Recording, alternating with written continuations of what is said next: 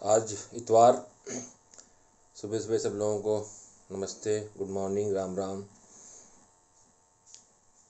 आज हम लोगों का कैंप है। कोविड की वजह से हम लोगों ने कैंप को बहुत ही रिस्ट्रिक्टेड कर दिया है और पेशेंट से ये बोला है कि आप एक लोग आओ और फॉलोअप के बाद दवा लेके जाओ। लेकिन उसके बावजूद भी काफ़ी नए पेशेंट आज भी आ गए हैं, तो हम कोविड नॉर्म के हिसाब से उनको देखेंगे। बाकायदा जो है बहुत, एक तो भीड़ नहीं है, 10-5 पेशेंट ही हैं जो नए आए हैं। बाकी जो पुराने हैं उनको तो हम लोगों ने डिसाइड पहले से कर लिया था। उनको फ़ोन भी कर दिया गया था कि आपको दवाएं मिल जाएंगी, आप फॉलोअप बताएं और दवा लेके जाएं। तो मेरा जो आज का ये जो वीडियो है, ये कैंप केसेस को कैसे देखें और क्या उनमें देखें, इस पे केंद्रित है। ये जो होप फॉर होपलेस कैंप है, इसके जो प्रणेता थे, इसके जो सोर्स थे, वो हमारे गुरु जी के गुरु डॉक्टर प्रफुल्ल विजेकर सर थे। और उन्होंने ये एक तरीके का नया इनिशिएशन था जो उन्होंने शुरू किया। जो विकलांग बच्चे हैं, जो मंदबुद्धि हैं, ऑटिस्टिक हैं, और जो जन्मजात जिनको प्रॉब्लम्स हैं, ब्लाइंड हैं या बोल नहीं सकते, सुन नहीं सकते, या डाउन सिंड्रोम है, या जिनको कन्वर्जन की प्रॉब्लम बचपन से है, जो बार बार सफ़र कर रहे हैं, तो विजेकर सर ने एक नया इतिहास, इसको मैं रचना बोलूँगा, कि उन्होंने आगे बढ़ के इसकी मुहिम को लीड किया और एक बहुत बड़ा काम किया। हालांकि उनका ये काम बहुत ज़्यादा रिकॉग्नाइज नहीं किया गया, लेकिन इन कैंपों के बहुत अच्छे रिजल्ट आए। उस कैंप में क्या इम्पोर्टेंट होता है जो हम पेशेंट में देखें। जैसे विजेकर सर हमेशा एम्फेसाइज करते थे कि आप बच्चे के, जो बच्चा है उसकी मदर हिस्ट्री लो, मदर की प्रेगनेंसी हिस्ट्री, खासकर कि प्रेगनेंसी हिस्ट्री में क्या आए हैं। अगर कोई एनाटॉमिकल डिस्टर्बेंस है तो 3rd मंथ, जो फर्स्ट ट्राइमेस्टर है, उसकी हिस्ट्री बहुत इम्पॉर्टेंट होती है। अगर वो उसमें क्या हुआ, उसमें कोई स्ट्रेस था या कोई इन्फेक्शन हुआ या कोई मेडिकेशन लिया, उसकी बहुत इम्पोर्टेंस है।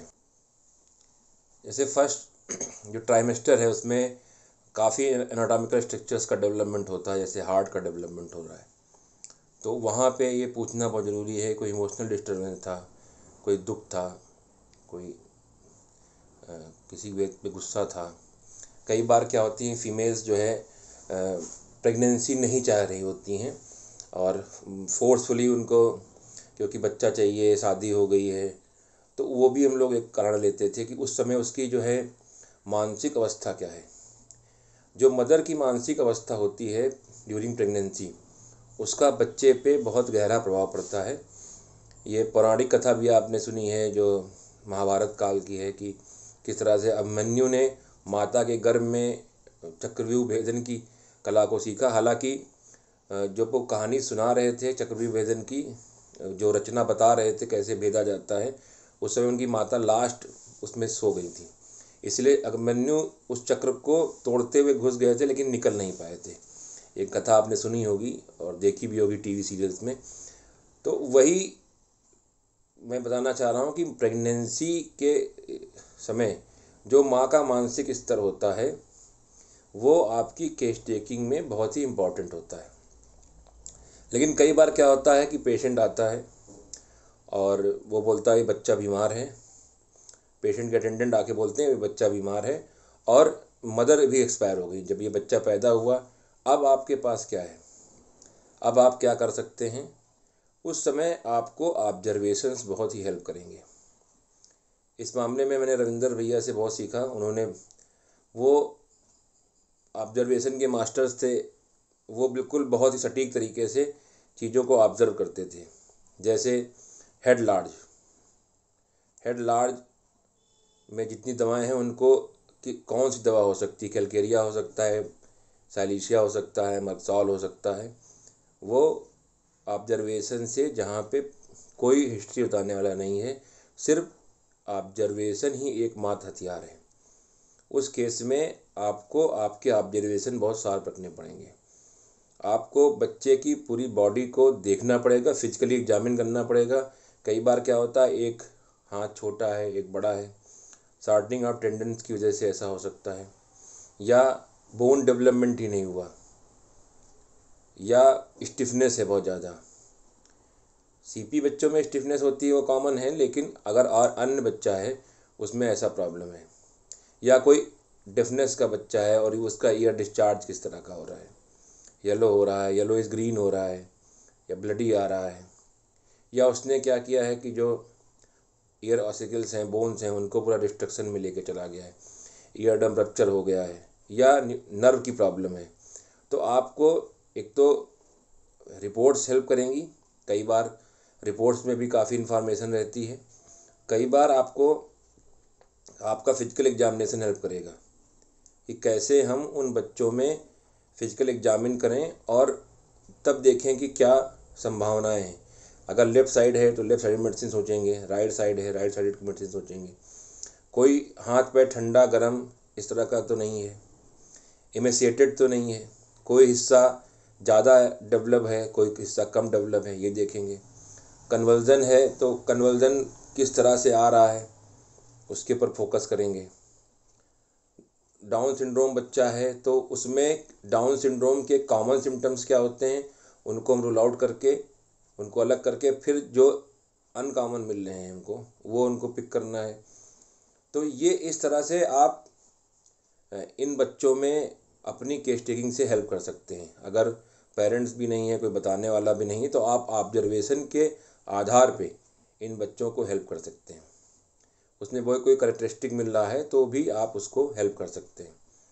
तो ये आपको जैसे आज कैंप है उसमें एक हेल्प करेगा। दूसरा है कि हम फॉलो बहुत इम्पॉर्टेंट है कि हम फॉलो कैसे लें और कैसे उसको प्रिजर्व करें, क्योंकि अगर आप फॉलो प्रॉपर नहीं लेंगे तो आप अंदाज़ा लगाते रहेंगे कि हाँ फ़ायदा हुआ ऐसा हुआ। तो फॉलो एक बहुत इम्पॉर्टेंट पॉइंट है।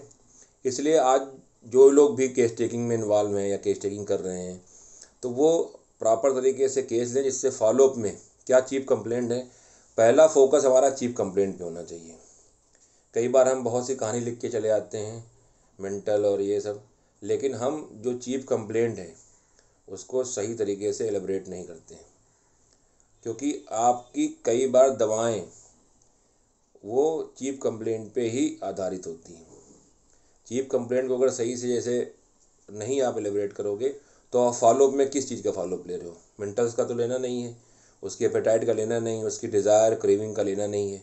तो ये एक बहुत ही इम्पॉर्टेंट पॉइंट है कि आप चीफ कंप्लेंट पे फोकस करें, और चीफ कंप्लेंट के बाद फिर दूसरा नंबर आता है फॉलोअप्स का। तो फॉलोअप भी बहुत ही प्रॉपर होना चाहिए, तभी आपको पता चलेगा कि हाँ हमने क्या इस केस में इम्प्रूवमेंट देखा है। अगर वो हाइड्रोसेफेलस का केस है तो हम उसका प्रॉपर सही तरीके से हेड का मेजरमेंट करें, जिससे फॉलोअप में पता चले कि हाँ क्या इसमें फ़ायदा हुआ नहीं फ़ायदा हुआ या इंक्रीज़ हो गया है। इसी तरह हर बीमारी को एक तो प्रॉपर सिम्टम्स लिखे जाएं और दूसरा उसका फॉलो प्रॉपर होना चाहिए। और जहाँ तक मेडिसिन की बात है तो विजयकर सर तो मेडिसिन बहुत ज़्यादा रिपीटिशन के पक्ष में नहीं थे, लेकिन उनका कॉन्सेप्ट ये था कि अगर किसी को मस्कुलर डिस्ट्रॉफी का केस है तो वहाँ पे मेडिसिन रिपीट की जा सकती है। तो ऐसा कोई हार्ड एंड फास्ट रूल नहीं है कि मेडिसिन रिपीट नहीं करनी है, 3-4 महीने से पहले नहीं करनी है। अकॉर्डिंग टू केस, अगर कोई इमरजेंसी केस है या ऐसा बहुत प्रोग्रेसिव केस है जैसे डीएमडी ही है, तो डीएमडी में पेशेंट की दिन पे दिन हालत ख़राब होती जाती है, तो वहाँ पे आप वेट नहीं कर सकते हैं कि आप 4 महीने हमने दवा दी, सीपी के बढ़ता चला जा रहा है और बच्चे को प्रॉब्लम आती चली जा रही है। तो हर केस एक यूनिक केस है और उसको हम इंडिविजुअली पढ़ सकते हैं, लेकिन आज के लिए मैं बता रहा हूँ कि आज आप बहुत ध्यान से देखें और फिर बताएं कि क्या आपने सीखा और क्या आपने देखा। ऑब्जर्वेशन बहुत मस्ट है। बच्चे का बिहेवियर, भले वो उसमें मेंटली वो नहीं एबल है, लेकिन तब भी वो किस तरह से अपनी बॉडी से अपने जो भी उसको डेवलपमेंट है उससे किस तरह से आपके सामने प्रेजेंट हो रहा है, वो प्रेजेंटेशन बहुत इम्पॉर्टेंट है। तो आज ये बहुत ध्यान से देखें और इस ऑब्जर्वेशन को नोट करके देखें कि क्या मिला आपको, हेड लार्ज मिला या जो भी ऑब्जर्वेशन है, उन ऑब्जर्वेशन को बहुत ही सफाई से कीनली लिखें। कई बार आप बहुत ज़्यादा केस में ले आते हैं, लेकिन वो इम्पोर्टेंट नहीं है जितना कि आपका ऑब्जर्वेशन बहुत इम्पोर्टेंट है कि क्या आपने ऑब्जर्व किया।